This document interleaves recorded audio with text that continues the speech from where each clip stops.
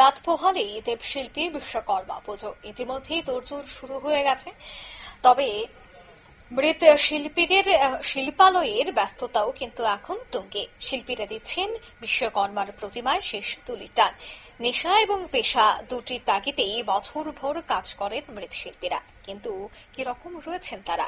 প্রতিমা বানিয়ে কি তাদের সংসার চলে? এই খোঁজ খবর রাখে না কেউ।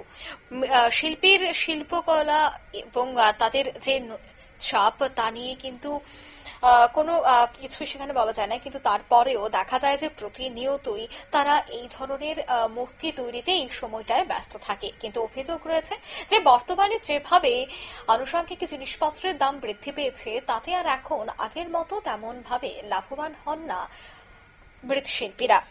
সর্বনিম্ন ১,৫০০ থেকে সর্বোচ্চ ১৫,০০০ টাকা পর্যন্ত বিক্রি হচ্ছে প্রতিমা, কিন্তু তাতেও সব খরচ বাদ দিলে তেমন কিছু আর থাকছে না। তাই সরকারের কাছে আবেদন, মৃৎশিল্পীরা যাতে তাদের শিল্পকে বাঁচিয়ে রাখতে সরকারি সাহায্যটুকু পান। কি বলছেন মৃৎশিল্পীরা, শোনাবো।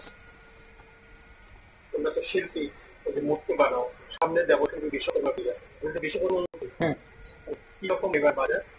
বাজার তো ভালো, কিন্তু মূর্তি কম আছে বাজারে, সবাই কাজ কম করছে। চাহিদা বেশি। চাহিদা বেশি কেন কাজ কম করেছে? দ্রব্যমূল্য বৃদ্ধি, সবকিছু লেবার পাওয়া যায় না, সবকিছু শ্রমিকের অভাব।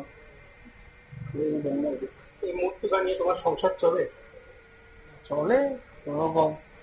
এই যে বিশ্বকর্মা বানাচ্ছে, কি ধরনের দাম আছে?